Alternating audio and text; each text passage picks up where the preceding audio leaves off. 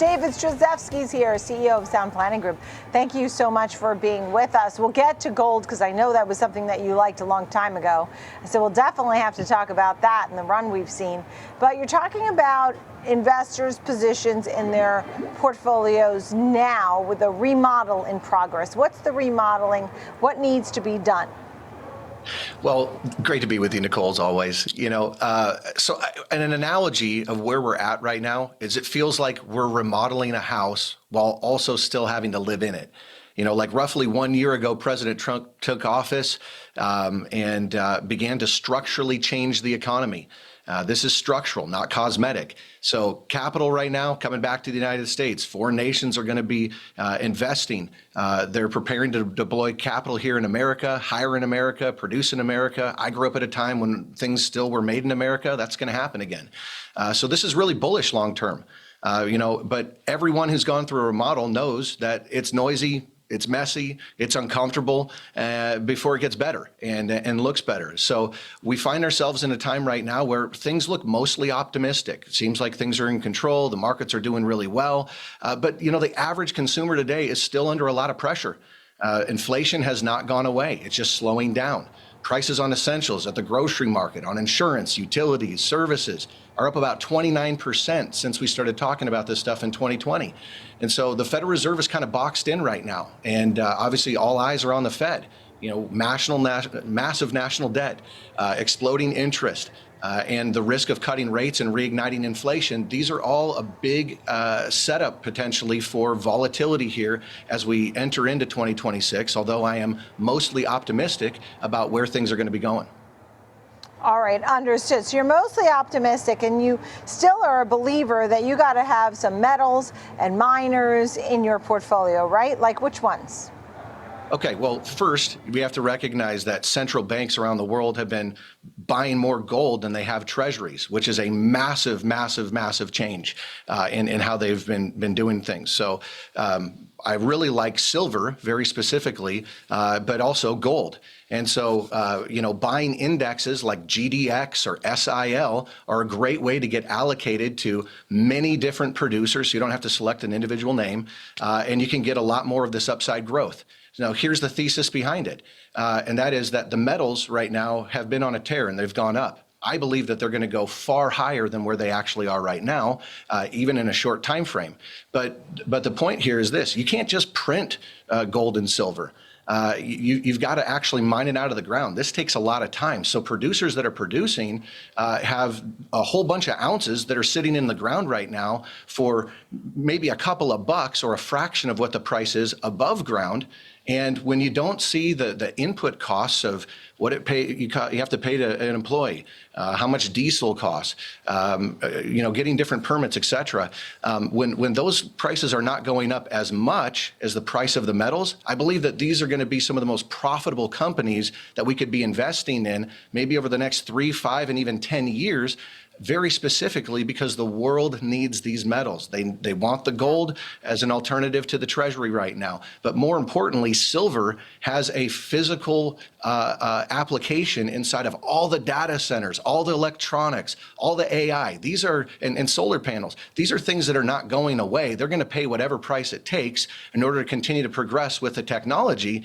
And we need far more silver than we actually have. And so this is why I am personally very invested in physical silver, but the metal miners as well. And I believe that this is one of the most important things that we can be paying attention to as my personal price targets over the next year or two are that gold gets to about 6,000, 8,000, and that silver is going to go to 150, 250. And I know that sounds probably crazy to a lot of people listening to this right now, but here's the reality. It's supply and demand. The math is the math is the math, and ultimately it's going to manifest. Well, you were on this from some time ago, so you were ahead of your time with it in the beginning. Let's turn our attention over to energy demand. And you talked about small modular reactors. Tell me more about that and how investors can get in that part of it. Yeah, so SMR is just a ticker that can be allocating into this. So the point is that these are nuclear generated energies. They can keep the base load going for the grid, and ultimately they have a smaller footprint, faster to deploy to support all the AI manufacturing and everything that's needed here. So the point, though, is that with all this AI and data centers, we need more energy.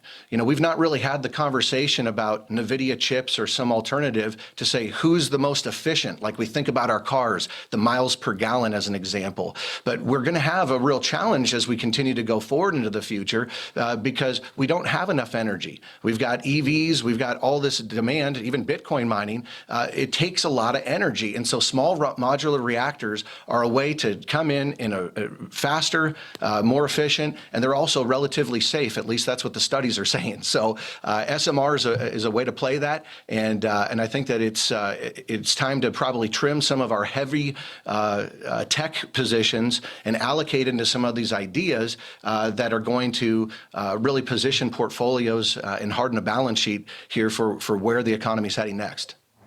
And you're looking at fiscal policy pertaining to taxes and Roth IRAs. What are some of your tax tips? Okay, well, as we start out 2026, it's kind of important to look at, if you're going to fund a Roth IRA and you didn't do it last year, well, you can make your payment by April 15th prior to filing your taxes, but you just need to write on the little bottom portion there in the memo that this was for 2025. You can also fund 2026 at the exact same time.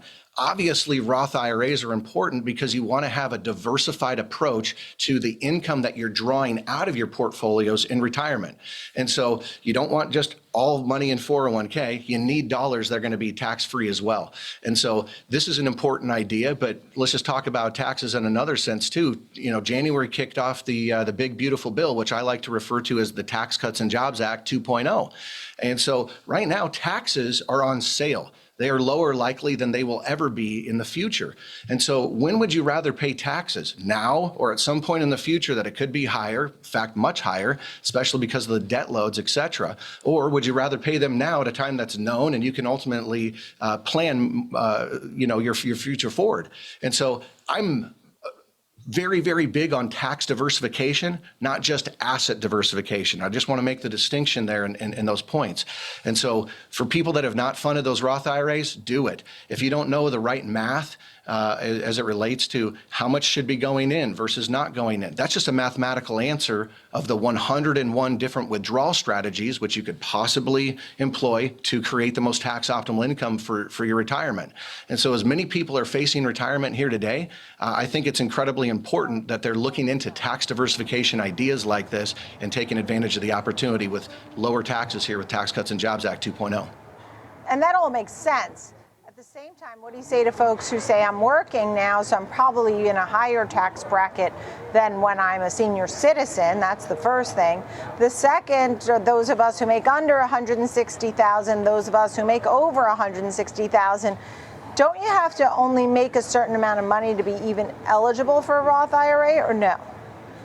To be able to fund it, yes. There's also backdoor IRAs where you put it into your IRA, and then you're willing to pay the tax to move it over to a Roth IRA. That's a conversion. Anybody at any income level can actually do that. And so there's a math and science answer based upon your age, when you're going to retire, what's your burn rate, how much are you spending monthly, and then ultimately that gives us the information that we would need as financial planners that are specifically doing income planning to ultimately determine what's the required rate of return in order to, with a specific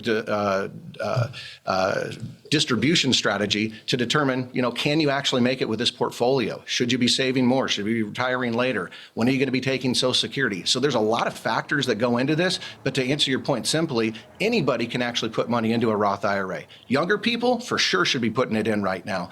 You are correct that in retirement, you'll likely be in a lower tax bracket based on ordinary income, but here's the point. If you still have a mortgage that you're funding at, $3,000 a month, and you're in a 20% tax bracket, well, that's an extra $600 every single month that you got to pull out in addition to that $3,000 just to fund that mortgage. So what you want to do is you want to approach this thing from the standpoint of, I'm looking at my income needs, I'm looking at that burn rate, and then I'm ultimately figuring out how much from my after-tax account dividends, et cetera? How much from my tax deferred account, 401k IRA? How much from my Roth IRA do I need to do in order to create a more tax optimal experience?